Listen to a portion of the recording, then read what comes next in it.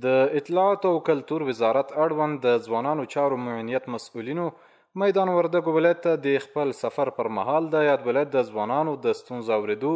او د دوی د روښانه راتلونکي او فرصتونو د رامنځته کولو په موخه مناظره ترسره کړه چې پکې د دې ولایت مسؤلینو او زیات شمیر ځوانانو ګډون درلود او ترڅنګ یې خپلې پوښتنې او غوښتنې مسؤلینو ته واورولې. دغه سرمایه‌ګذاري دغه پانګې باید په دغه مکتبونو په پوهنتونونو وشي تر څو پورې هغه معیاري زده کړې دغه ځوانان ترلاسه کړي او سبا د دې جامعې ټولنې لپاره مصرف خدمات وګرځي.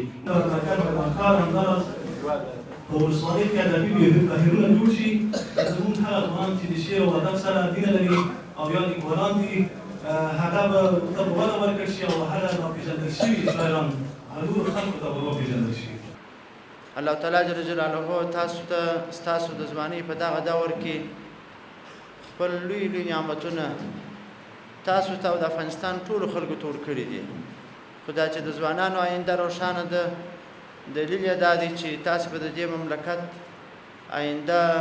جوړونکي یاست حاکمان به یاست د دې مملکت او د دغه مملکت چارې به تاسو ته سپارل کیږي.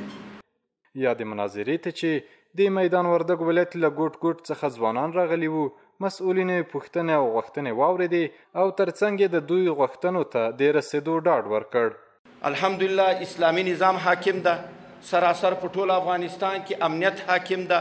استقلال او ازادي مو راوستلې خو اوس دغه ازادي او دغه اسلامي نظام او دا سراسر اتفاق او اتحاد چې ساتو اوس به د تاسو په مټو باندې ساتو. د دغه ولایت ځوان نسل دا په داسې عقیده په داسې مفکوره الحمدلله روزل سوی ده چې دا ټول څونه چې زموږ محصلین دي دا مجاهدین دي. په جوړې شوې مناظره کې مسؤلینو وویل چې د اسلامي امارت په راتګ سره یې زرګونه ځوانانو ته د کار زمینې ترڅنګ د غوره تعلیم زمینه هم برابره کړې.